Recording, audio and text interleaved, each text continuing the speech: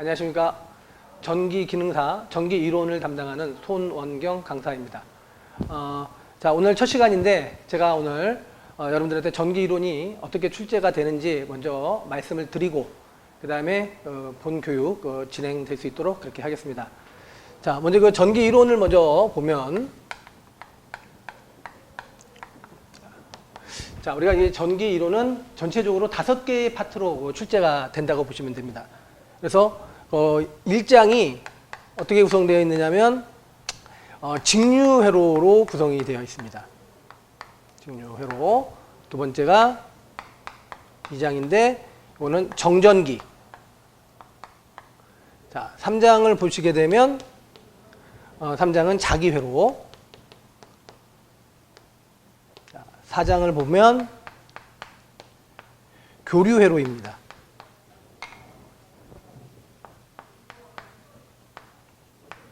그 다음에 5장이 회로망 이론. 자, 이렇게 5개의 장으로 구성이 되어 있습니다. 그래서 전체적으로 우리가 이제 출제되는 그 문항수를 보게 되면 전체 20문항이 전기 기능사에서 출제가 되는데 직류회로는 보통 한 3문제, 4문제 정도 이렇게 보시면 될 것 같아요. 정전기 쪽도 한 3, 4문제 정도 이렇게 보시면 되겠고, 자기회로가 한 5개에서 6개의 문항 정도, 그리고 교류회로하고 회로망 이론이 전체적으로 한 7개에서 한 8개 문항이 출제가 된다 이렇게 보시면 무난할 것 같습니다. 물론 이제 출제되는 그 문제에 따라서 조금씩 이제 변동은 있지만 보통은 좀 이렇게 출제가 된다 보면 되는데, 그래도 중요한 것은 우리가 이게 1장서부터 5장까지 하는 데 있어서 전기의 가장 그 도입이 어디냐면 직류회로가 됩니다. 그래서 여러분들한테 제가 이 직류회로 부분을 조금 자세하게 설명을 드릴 거예요. 왜냐하면 여러분들이 대다수가 다 초보자입니다. 그러다 보니까 전기가 어떻게 구성이 되고 어떤 걸 배워야 되는지 상당히 어려워하세요. 또 한 가지는 뭐냐면 그 중에서 이제 또 용어라든지 기호라든지 그런 것들을 잘 모르시기 때문에 상당히 어려워하시고 난해하셔요. 그래서 1장을 여러분들한테 조금 더 깊이 있고 자세하게 설명을 좀 드릴 겁니다. 그러면 나머지 이제 정전기라든지 자기라든지 하는 나머지 파트들이 여러분 공부하시는데 조금 수월할 거라고 이렇게 판단이 되거든요. 또 여태까지 거쳐가신 다른 분들도 보면 대다수가 또 그랬었고요. 그러면 1장에서 배우는 직류는 말 그대로 직류에 관계되는 거예요. 그 중에서 우리가 여기서 저항과, 그렇죠? 그 다음에 전압, 전류, 이들이 직류에 대해서 어떻게 작용을 하는지 설명을 여기서 드릴 겁니다. 또 여러분들 여기서 이제 배워서 가셔야 되는 거고, 그리고 전기에 대한 그 힘이 있죠, 전력, 그런 내용들 마찬가지로 1장에서 그런 내용들을 배우시게 됩니다. 그리고 이제 그 정전기에 대한 부분이 있어요. 이 정전기는 말대로 우리가 전기는 2가지가 있습니다. 하나는 그 동전기가 있고 하나는 정전기가 있어요. 일반적으로 우리가 이렇게 쓰고 있는 전기들 있잖아요. 그런 거는 동전기에 해당이 돼요. 흐르는 전기라는 얘기죠. 그죠? 하지만 또 우리가 정전기라는 것은 이렇게 옷에 붙어 있는 그런 전기들이 있어요. 그러면 우리가 이제 배우고자 하는 것은 그렇게 옷에 붙어 있는 그러한 전기들 있죠. 그 전기에 대해서 힘이 어떻게 작용을 하는지를 여러분들이 여기서 배우시게 될 거예요. 그 전기를 말씀을 드리는 겁니다. 그래서 그 정전기에 대해서 작용하는 힘에 대해서 누가 정리를 했느냐면 쿨롱이라는 분이 정리를 해서 여러분들한테 말씀을 드릴 겁니다. 그래서 그거에 대한 제가 설명을 드릴 것이고, 그 다음에 여기서 여러분들이 알고 있는 콘덴서 있잖아요. C에 대한 얘기를 정전 용량이 되겠죠. 그거에 대한 그 말씀을 또 드릴 겁니다. 콘덴서의 접속이라든지 그 다음에 전기의 양이라든지 그러한 부분들을 같이 말씀을 드릴 거예요. 자, 그 다음에 이제 자기회로인데, 그 자기회로는 말대로 자석 아시잖아요. 자석이 작용하는 힘들이 있습니다. N극에서 나와서 S극으로 뭐가 들어가요? 자기력선이 들어가게 되겠죠. 그러면 그 둘 사이에 작용하는 힘이 있을 겁니다. 그 힘에 대한 얘기와, 그죠? 그 다음에 또 한 가지는 우리가 전자석이라는 게 있어요. 그렇죠? 그 전자석이 그 작용하는 마찬가지로 그 힘을 말씀을 드릴 겁니다. 그래서 여기서는 우리가 그런 힘을 이용해서 발전기나 그죠? 전동기에 대한 그 원리에 대해서 기본적으로 말씀을 드릴 겁니다. 그래서 여기서 플레밍의 왼손 법칙이라든지 오른손 법칙 이러한 얘기들도 같이 이제 설명을 드릴 거고요. 그 다음에 이제 교류 회로에 대한 얘기인데 교류는 말 그대로 뭐예요? 시간에 따라서 변화되는 그쵸? 전압이나 전류에 대한 얘기예요. 우리가 그 1장에서는 이렇게 시간에 따라서 전압이 어떻게 돼요? 이렇게 일정하게 그쵸? 변화가 됩니다. 시간에 따라서 전압이나 전류가 일정하게 변화가 되지만 교류라는 것은 지금 보시는 것처럼 시간에 따라서 이 크기가 이렇게 변화가 돼요. 이걸 우리가 뭐라고 하느냐면 그죠? 전압이나 전류인데 이런 걸 우리가 뭐라고 그래요? 교류라고 얘기를 하는 거예요. 그래서 교류를 뭐 AC 이렇게 표현을 하고 얘는 직류 그래서 DC다 이렇게 말을 하게 되겠죠. 시간에 따라서 일정한 크기와 그 다음에 시간에 따라서 이렇게 변화되는 그렇죠? 요런 거에 대해서 우리가 어디 R과 그 다음에 L과 C 여기에서 변화되는 것을 여러분들한테 말씀을 드릴 거예요. 그래서 전반적으로는 5개의 장으로 이루어져 있는데 지금 회로 1호는 회로망에 포함을 시켜가지고서 같이 교육을 시켜드릴 겁니다. 여기는 주로 나오는 내용 위주로 해가지고 여러분들한테 또한 설명을 드릴 거고요. 그렇게 해서 5개의 장으로 이루어졌는데 큰 틀은 4개의 장으로 해서 여러분들한테 말씀을 드리도록 그렇게 하겠습니다. 그래서 제가 각 이제 파트별로 그 진행을 하면서 1장에 대한 얘기, 그 다음 이론에 대한 얘기를 먼저 설명을 드릴 거예요. 그리고 1장이 끝나면 단원별 핵심 문제가 있습니다. 그 문제를 설명을 드리고 그 다음에 2장에 가가지고서는 마찬가지로 정전기에 대한 거, 단원별 핵심 문제 이런 식으로 해서 4장, 5장까지 해가지고 각 이론 끝나고 단원별 핵심 문제 마지막으로 이제 관연도 문제를 여러분들한테 관연도 문제 풀이를 해드리도록 그렇게 하겠습니다. 관연도 문제 풀이는 여러분들 교재에 있는 10회차 정도, 1회차에서 10회차 이렇게 구성이 되어 있습니다. 그래서 요거에 대한 문제 풀이를 해드리도록 그렇게 하겠습니다. 그래서 전반적으로는 이렇게 사항으로 수업 진행을 하도록 그렇게 하겠습니다. 예, 여기까지 간단하게 전기 이론을 우리가 배워야 되는 부분들 간략하게 이렇게 말씀을 드렸고요. 자, 그러면 이제 본 수업으로 들어가도록 그렇게 하겠습니다. 자, 여러분들 본 수업은 교재에 우리 교재에 그 D편에 보시게 되면 676페이지가 있어요. 그 676페이지를 보게 되면 전기 기초 수학 및 용어 정리라는 부분이 있습니다. 그래서 이 부분이 이제 기본적으로 우리가 배워야 되는 그러한 내용들이에요. 그러다 보니까 이것들을 어떻게 보면 우리가 전기를 하려면 기본적으로 다 베이스에 깔려 있어야 돼요. 근데 전기를 처음 하시는 분들이 가장 힘들어하는 부분들이라고 볼 수 있어요. 왜? 처음 하니까 생소한 용어에 그쵸? 기호에 뭐 그러다 보니까 이걸 외우려고 하니까 상당히 많이 힘들어 하시는데 제가 여기서 여러분들한테 말씀드리고 싶은 건 이거는 한 번에 외워지지 않습니다. 시간이 필요합니다. 그렇기 때문에 여러분들이 시간이 필요한 것처럼 오늘 배우시고 또 다른 날 또 같은 내용이 계속 반복돼서 요 얘기들이 나와요. 그러니까 오늘 배우시고 오늘 이걸 다 습득하려고 하지 마시고 그죠? 천천히 여러분들이 이것을 배워 나간다 이렇게 생각하시고 공부하시면 될 것 같습니다. 자, 그래서 가장 기본이 되는 요소부터 먼저 말씀을 드리는데 제일 먼저 그 보조 단위와 그리스 문자 거기서 1번이 전압, 전류, 저항 등에 쓰이는 보조 단위가 나와 있습니다. 그래서 요거에 대한 말씀을 드리도록 그렇게 하겠습니다.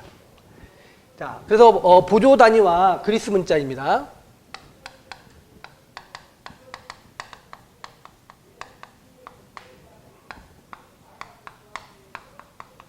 자, 그 중에 여러분들한테 이제 먼저 말씀드리는 내용은 그 전압, 전류, 저항 등에 쓰이는 그 보조 단위들이 있을 겁니다.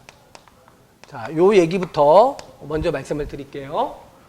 자, 그러면 그 보조 단위에서 맨 처음에 요거부터 한번 보시죠. 밑에 나와 있는 이렇게 K라고 써 있는 게 있을 거예요. 요거를 우리가 킬로라고 읽어요. K로 읽지 않고 킬로다. 그러면 킬로라는 것은 뭘 말을 하느냐면 이것은 천을 말을 해요. 천. 그러니까 이거 천은 우리가 또 어떻게 표현을 해요? 10의 3승이라고 이렇게 나타내요. 킬로. 그 다음에 m이라고 쓰는 게 있습니다. 요 m은 자 이렇게 0이 몇 개냐? 6개예요. 이렇게. 이런 식으로 1, 10, 100, 1000, 만, 10만, 100만이라는 소리죠. 그래서 요거는 뭐에 해당이 됩니까? 10의 6승에 해당이 돼요. 그리고 또 뭐가 있냐면 기가가 있어요. 지라고 쓰는데 기가라고 합니다. 요거는 0이 몇 개예요? 9개예요. 자, 이런 식으로 그쵸? 쓰다 보면 너무 많잖아요. 0이 너무 많아서 쓰기도 불편하고 읽기도 불편하니까 우리가 어떻게 10의 9승이다. 10의 9승을 뭐로? 기가다. 이렇게 나타내는 겁니다. 우리가 기본입니다. 앞으로 킬로로 나오면 10의 3승, 메가로 나오면 10의 6승, 기가로 나오면 10의 9승이 된다. 이렇게 보시면 될 것 같아요. 그럼 여기서 우리가 하나의 규칙을 알 수가 있어요. 무슨 얘기냐면 여기서 이렇게 진행이 되는데 얼마 차이가 나요? 10의 3승 차이가 나요. 여기도 얼마? 10의 3승 차이가 난다는 소리예요. 그러면 여기서도 마찬가지로 이렇게 가면 10의 3승 차이 난다 그러면 10의 몇 승이야? 12승이 되겠죠. 그 다음에는 10의 15승, 10의 18승, 10의 21승 이렇게 간다는 소리예요. 다시 말하면 공학에서는 그렇죠? 엔지니어가 되겠죠. 공학에서는 지금처럼 10의 3승, 10의 6승, 10의 9승, 10의 12승, 15승, 18승 이런 식으로 변화가 생깁니다. 그래서 우리가 10의 12승을 뭐라고 하느냐면 테라라고 해서 10의 12승이다. 이렇게 표현을 해요. 그 위에 있는 10의 15승이나 18승은 우리 전기에서는 이 정도까지만 기억하고 계시면 될 것 같아요. 알겠죠?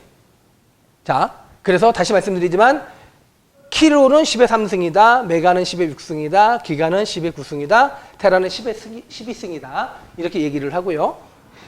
자, 그렇다면 이렇게 10의 3승의 차이가 나는데 밑으로도 가야 되겠죠. 밑으로 가려고 그러면 뭐가 있냐면 이렇게 C를 써요. 센치입니다. 센치.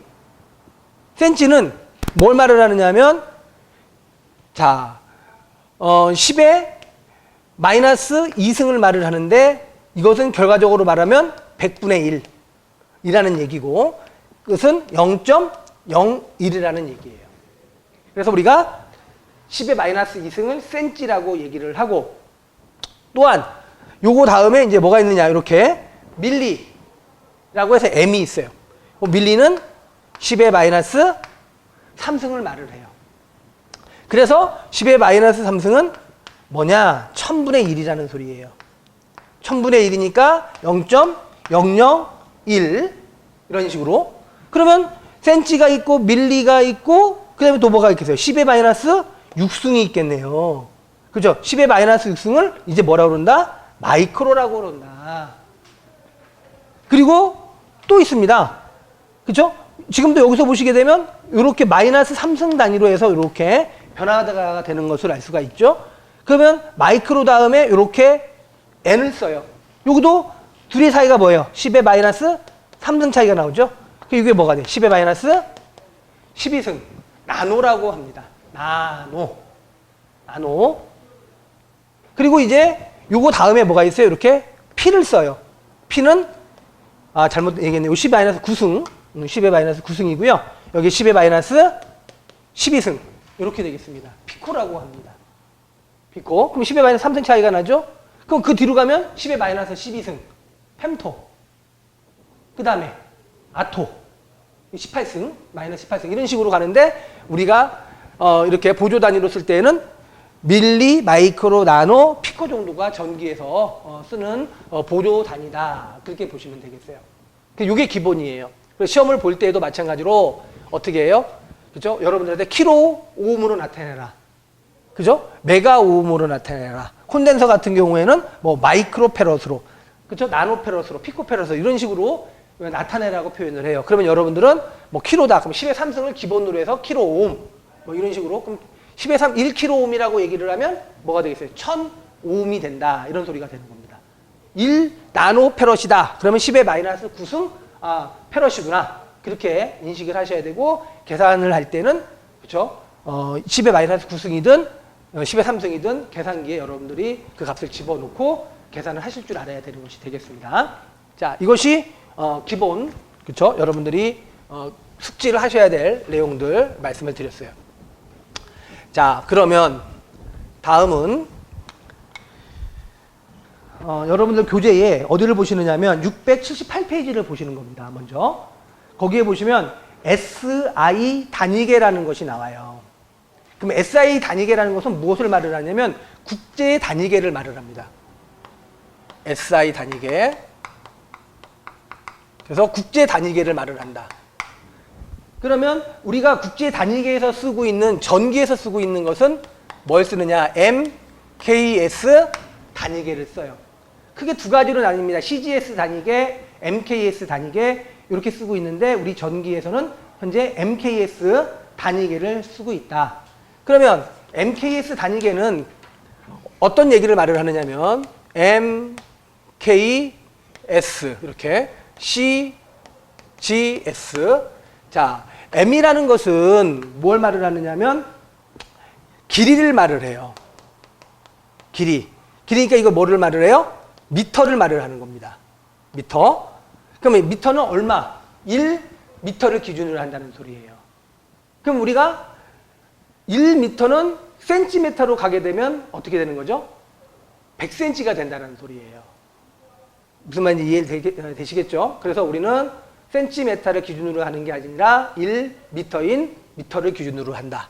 그 다음에 킬로라는 것은 뭘 말을 하느냐면 무게, 그쵸? 하나의 질량을 말을 하는 거예요. 그래서 무게이니까 얘를 뭐로 나타내? 킬로그램. 1kg을 기준으로 하는 거예요. 그러면 1000g이 그쵸? 한 개여야지만 1kg이 되는 거예요. 정말 이해되시겠죠? 그래서 무게는 킬로그램을 그 다음에 S는 시간, 세크, 1초를 기준으로 한다. 이렇게 보시면 돼요. 더불어서 우리가 CGS 단위계는 길이를 나타내는 건데 마찬가지로 얘는 뭐를 말을 해요? 센티미터를 말을 하는 것입니다. 센티미터. 그러니까 1cm를 길이로 1m를 MKS 단위계로 표현한다고 그러면 얼마예요? 1cm는 10의 마이너스 2승에 해당이 되는 거예요. 10의 마이너스 2승이니까 0.01m라는 소리예요.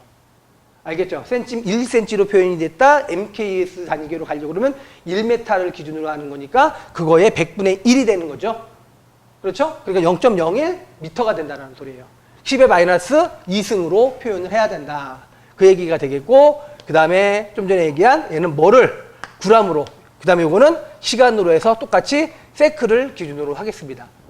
그래서 우리가 쓰는 것은 이렇게 CGS 단위계가 아니라 MKS 단위계로 쓰고 있기 때문에 여러분들한테 이제 간혹 가다가 나타내는 것이 이제 뭐냐면 힘을 나타낼 때 그쵸? MKS 단위계에서는 뭘 나타낸다? 이렇게 N을 써요. 뉴턴이다. 힘을 나타낼 땐 1뉴턴을 기준으로 하는 거예요. 그쵸? CGS 단위계에서는 다인이라고 이렇게 표현을 하고 있고요. 그 밖에 어떠한 에너지, 그쵸? 1의 단위를 나타낼 때에는 무엇으로 표현한다? 이렇게 줄로서 나타낸다 이 말을 하는 겁니다. 줄. 그래서 앞으로 우리가 에너지다, 힘이다, 아니 전기가 하는 일이다, 그렇죠? 한다면 다 뭐로 나타낸다? 줄로 나타낸다. 그 밖에 이제 전기량을 나타낼 거예요. 전기량은 전하량을 말을 하는데 이것은 C를 써요. 쿨롱이다. 쿨롱이라고 합니다. 쿨롱. 그 다음에 전력을 나타낼 때는 뭐로 나타낸다? 전력은 파워라 말이에요. 단위는 W를 써요. W는 와트를 말을 합니다. 와트. 알겠죠? 그래서 우리가 지금 표현한 그 SI 단위계에서 MKS 단위계를 쓰는데 지금처럼 MKS의 M은 길이, K는 무게, 킬로그램을 말하는 거고 S는 시간, 세크를 말합니다. 그 밖에 힘은 뉴턴으로, 그 다음에 에너지, 즉 일은 줄로 단위를 쓴다. 전기량은 쿨롱, 전력은 와트로서 이렇게 나타낸다는 것을 꼭 기억을 하셔야 돼요. 이것이 기본이다. 그래서 시험 문제에서도 CGS 단위계로 나타내는 것이 아니라 거의 MKS 단위계로 나타내니까 그렇게 혼동되지는 아마 않을 거라고 봅니다.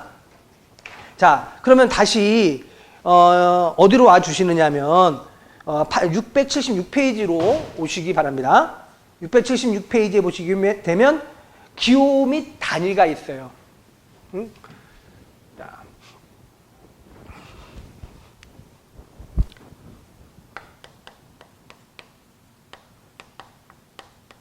기호 및 단위. 이 기호 및 단위가 여러분들한테 가장 어려워하고, 그쵸? 이걸 다 외워야 되니까 힘들어 하시는 거예요. 근데 지금 이걸 다 외울 생각하지 마시고 앞에서 설명 드렸던 것처럼 시간이 해결해 줘요. 그러니까 시간이 지나면서, 그쵸? 자연스럽게 여러분들한테 이렇게 배워 들어갈 거니까 지금 한꺼번에 외우려고 하지 마시고 수업을 받으시면서 1장, 2장, 3장을 배우시면서 이 내용들이 다 나올 거니까 그때마다 여러분들이 이렇게 습득을 하시면 훨씬 수월할 겁니다.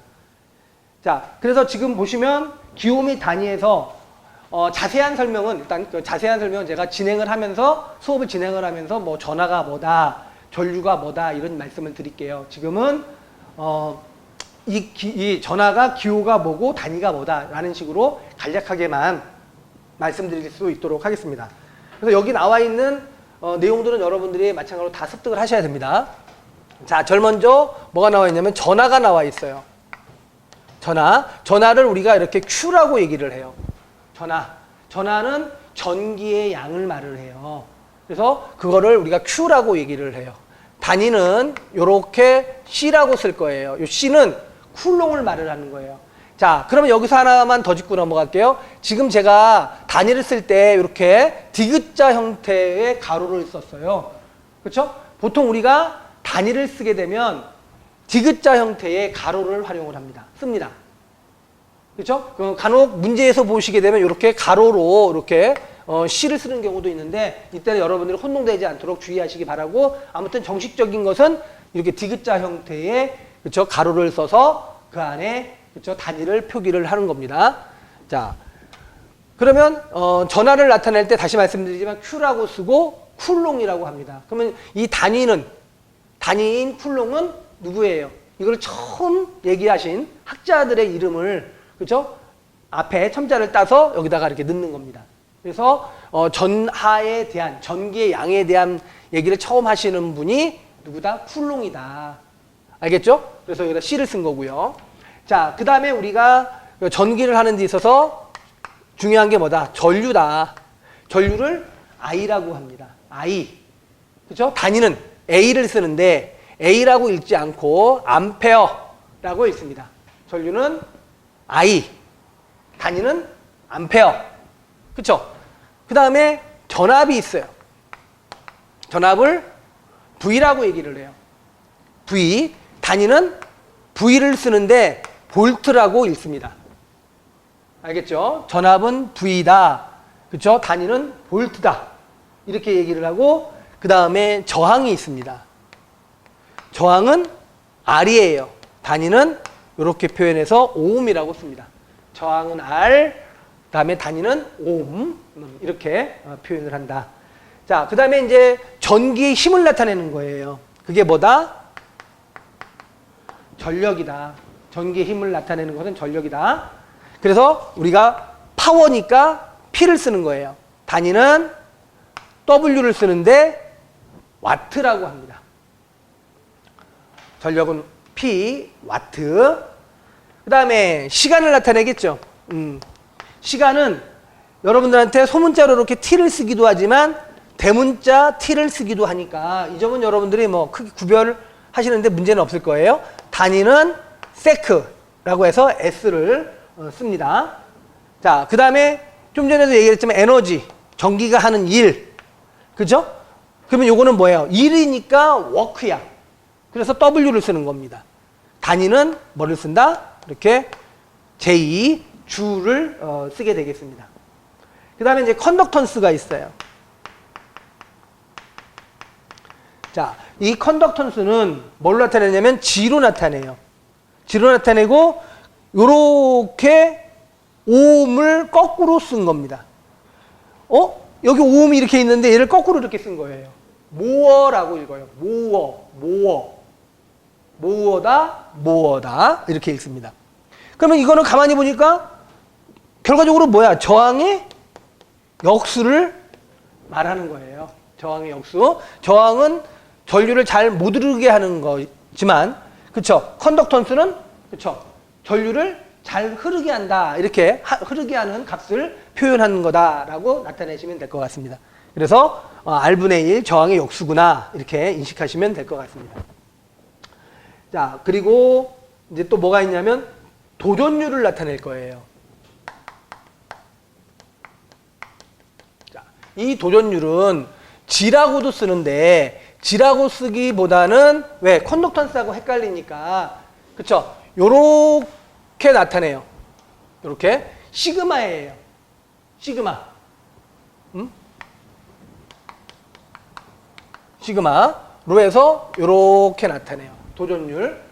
도전율을 전기를 잘 통하게 하는 정도를 나타내는 값이다. 이렇게 보시면 되겠고, 요거에 대한 단위는 이렇게 S를 쓰는데 S는 Gman이라고 읽는데, Gman이라고 시험 문제에 나온 것보다는 다른 거를 써서 나타내요. 먼저 고유저항을 얘기를 하고 그 다음 말씀드릴게요. 그 얘기를. 자, 고유저항을 보면 고유저항은 요렇게 씁니다. 뭐라고 하느냐면 로우라고 읽어요.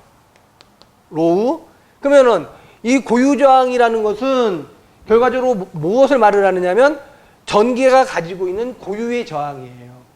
그래서 요거에 대한 단위는 오음미터로 이렇게 나타내거든요. 얘는 이 고유저항은 고유저항 값이 크면 부도체가 되는 거예요. 그 다음에 고유저항 값이 작으면 도체가 된다는 소리예요. 알겠죠? 그럼 이거에 대해서 역수는 뭘 말한다? 도전율을 말하는 것이다. 도전율은 전기를 잘 통하는 정도를 나타낸다고 말씀을 드렸어요. 자, 그래서 도전율을 보시게 되면은요, 이런 얘기입니다. 고유저항의 역수니까 우리가 이렇게 시그마로 이렇게 나타냅니다. 그러면 이거는 고유저항의 역수다 이렇게 말을 했어요. 그러면 이거에 대한 단위를 보면은 이렇게 오hm 미터분의 1 이렇게 표현을 할 수가 있겠죠. 그죠? 그래서 요거를 나타내면 오음분의 1 이게 되겠죠. 그 다음에 미터분의 1 이런 식으로. 그러면 오음분의 1이니까 앞에서 여기서 얘기했잖아요. 그렇죠? 이게 뭐예요? 이것이 오음분의 1과 같은데 이거는 이후에 뭐로 나타냈죠? 이렇게 오음을 거꾸로 쓴 거다라고 얘기를 했으니까 이거를 뭐로 나타내? 이렇게 해서 모어다, 미터분의 1이다 이런 식으로 이렇게 나타낼 수 있습니다. 그래서 이거를 정리를 최종적으로 하면 미터분의 모어 이런 식으로 이렇게 시험에서도 출제가 됐었습니다. 알겠죠? 도전율과 고유저항에 대한 얘기 서로 반비례 관계를 가지고 있겠죠. 자, 그 다음에 얘기했던 것이 또 뭐냐? 이제 주파수가 나와 있네요. 주파수는 F로 써요. 프리퀴니시. 그렇죠? 단위는 헤르츠. 이렇게 씁니다. 주파수 많이 들어보셨죠? F, 프리퀴니시의 앞자를 따서 F라고 쓰고 단위는 헤르츠라고 합니다. 자, 그 다음에 각속도가 있습니다. 각속도는 이렇게 써요. 오메가라고 읽어요. 오메가. 오메가. 그쵸? 각의 속도예요. 각속도, 각의 속도. 뭐 우리가 이제 사장에서 얘기를 할 거니까 일단 각속도를 보게 되면 얘는 이렇게 라디안 퍼 세크다라고 이렇게 표시를 하겠습니다. 라디안 퍼 세크. 자, 그 다음에 임피던스가 있어요. 자, 임피던스를 Z라고 합니다. 이것도 오음이라고 얘기를 해요. 그러면 지금 얘기하는 것은 요 앞은 일반적으로 그냥 직류에서 얘기를 한 거다라고 보시면 무난할 것 같고요. 여기는 이제부터는 교류에서 얘기를 하는 거예요. 그럼 우리가 이 앞에서 저항을 뭐라고 했느냐면 오음이라고 했죠. 교류에서는 뭐를 얘기를 하느냐면 임피던스라고 얘기를 하는 거예요. 임피던스 단위는 오음이에요. 그럼 이 임피던스는 그렇죠? 무엇을 임피던스라고 하냐면 이 리액턴스라는 X의 값이 있어요. X의 값이 이 리액턴스는 교류에서 두 개에서 나타나는 요소예요. 하나는 코일에서, 하나는 콘덴서에서 나타나는 요소예요. 여기에서는 그렇죠, 시간의 차이가 나타나기 때문에 그래요. 위상차가. 그래서 요거를 우리가 L은 코일에서 나타나는 시간차야. 콘덴서에서 나타나는 시간차야. 그래서 그걸 우리가 리액턴스라고 해서 코일은 유도성 리액턴스라고 말을 해요. 콘덴서는 용량성 리액턴스라고 얘기를 해요. 그래서 유도성과 용량성을 합쳐서 그렇죠? 뭐라고 유도성과 용량성 및 저항을 합쳐서 교류에서는 임피던스라고 얘기를 하는 거예요. 그래서 임피던스, 리액턴스 이렇게 얘기를 하고요.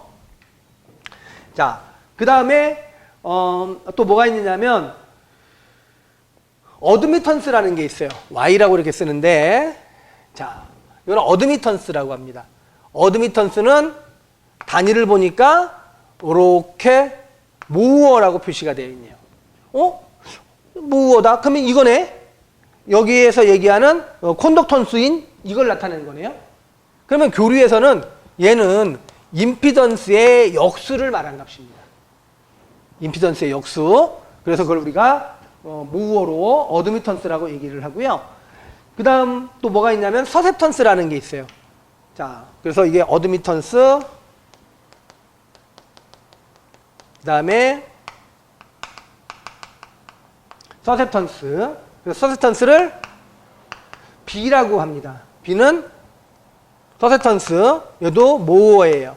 그러니까 어드미턴스 안에는 서셉턴스하고 콘덕턴스가 들어가 있어요. 그래서 지금 서셉턴스는 결과적으로 말하면 무엇의 역수냐면 리액턴스의 역수다. 이렇게 보시면 될 것 같아요. 자, 그 다음에 또 뭐가 있느냐면 커패시턴스가 있어요. 자, 커패시턴스를 C라고 합니다. 그래서 이 C를 그렇죠? 커패시턴스 또는 뭐라고? 콘덴서라고 얘기를 해서 이렇게 F라고 하는 거예요. 그래서 이 F는 패럿 또는 파랏 이렇게 말을 합니다. 그 다음에 인덕턴스가 있겠죠? 자, 인덕턴스를 L이라고 해요. 단위는 헨리예요. 콘덴서는 용량을 말을 하기 때문에 전개의 양을 담고, 그 다음에 인덕턴스는 유도 능력을 가져요. 그러니까 어떤 값을 유도할 수 있는 능력 또는 유기할 수 있는 능력. 그래서 L로 쓰고 단위는 헨리라고 이렇게 얘기를 합니다. 자, 그 밖에는 이제 유효전력이라는 게 있어요. 유효전력, 무효전력, 그 다음에 피상전력 이렇게 세 가지를 우리가 또 얘기를 해요. 그러면 이건 지금 다 교류에서의 얘기인데 유효전력, 무효전력, 피상전력이라고 하는데 유효전력은 부하에서 실질적으로 열이 나는 거야. 전력 소모가 발생이 되는 거예요. 그래서 이거를 우리가 직류에서 전력, 요거 직류라고 했지 않습니까? 요거 직류의 직류 전력과 같은 의미를 나타내는 것이 유효전력이라는 거예요. 그래서 P로 나타내요. 와트. 그 다음에 무효전력이라는 게 있어요. 무효전력이라는 것은 우리가 PR로 나타내는데 여기서는 전기를 가해도 열이 나지 않아요. 그러니까 열이 나지 않으니까 우리가 무효전력이다. 그렇게 보시면 돼요. 그래서 단위는 볼트, 암페아, 리액티브다. 이렇게. 그러니까 유효전력은 액티브한 전력입니다. 그래서 그냥 P로 쓰는 거고요. 그 다음에 무효전력은 리액티브하다. 그래서 PR을 이렇게 아래 첨자로 이렇게 붙여놓은 거라고 보시면 돼요. 그래서 볼트, 암페아, 리액티브 이렇게 얘기를 한 거고요. 그 다음에 이제 피상전력이라고 해서 PA가 이렇게 있어요. 이거는 어퍼런트 파워, 그러니까 겉보기 전력이라는 거예요. 이것은 피상전력은 무효전력과 유효전력의 합을 나타낸 것이 피상전력이라고 합니다. 그래서 여기 어퍼런트 파워라고 해서 PA가 들어가기 때문에 유효전력에 A를 안 집어넣습니다. 그래서 액티브한 전력이라고 해서 A를 안 집어넣고 그냥 P라고 쓴 거예요. 왜? 직류에서도 그냥 P라고 썼기 때문에 아, 이거는 유효전력이구나 하고 인식할 수 있기 때문에요. 자, 그래서 피상전력인 경우에는 PA를 쓰고 단위는 볼트, 암페아로 이렇게 대문자로 이렇게 표기를 한다라고 보시면 되겠습니다. 자, 이렇게 해서 기본적인 말씀을 드렸고, 자, 그 다음에 이제 이어서 뭐가 있냐면 자속과 자속에 대한 얘기가 나와 있어요.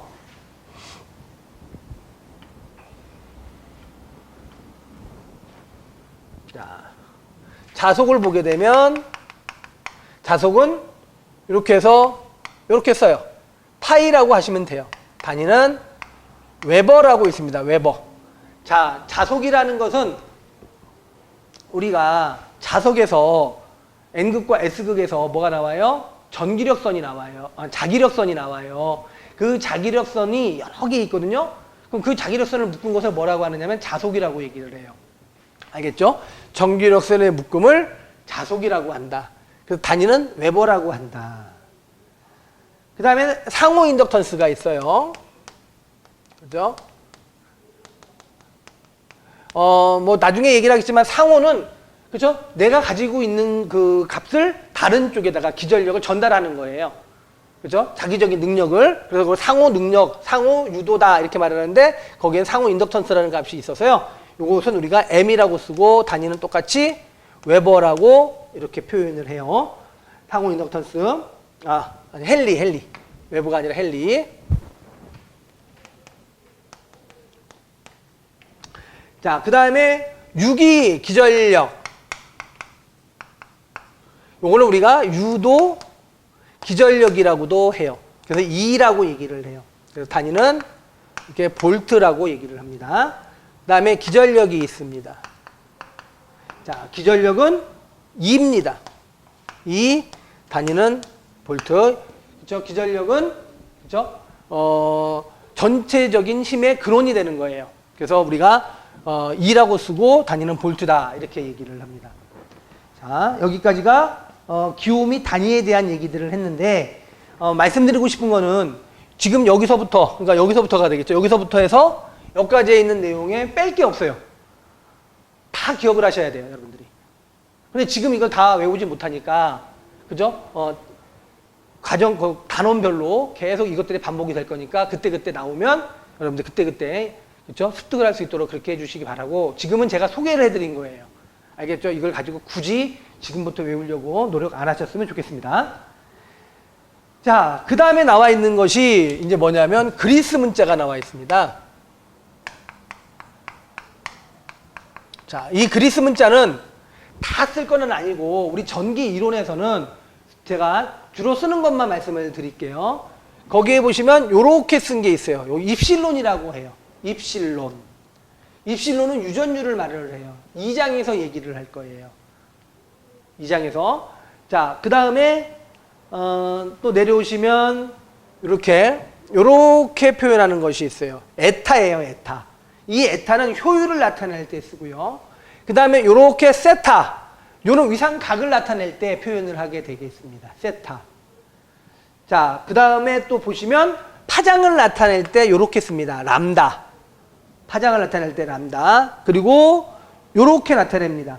요렇게 나타내는 것은 뮤라고 해서 투자율을 나타낼 때 씁니다. 3장에서 얘기를 할 거예요.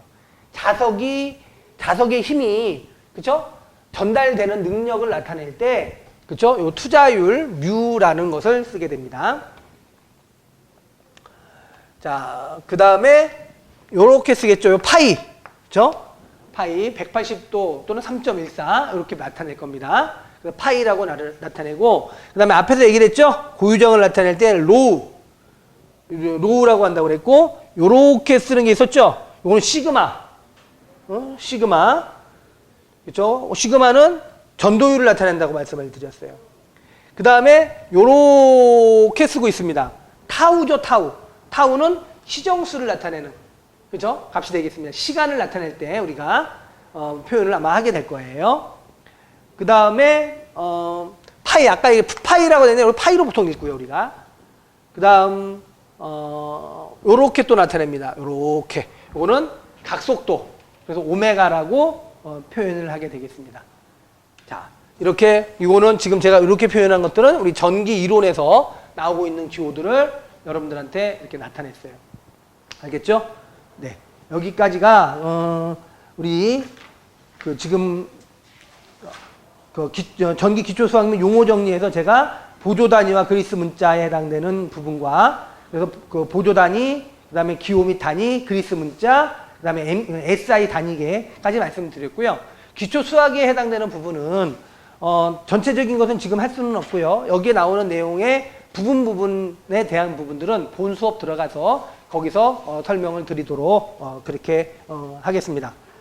자, 여기까지 기초에 관계되는 부분을 설명을 드렸고 잠깐 쉬었다가 본 수업 들어가도록 그렇게 하겠습니다. 자, 쉬었다 하겠습니다.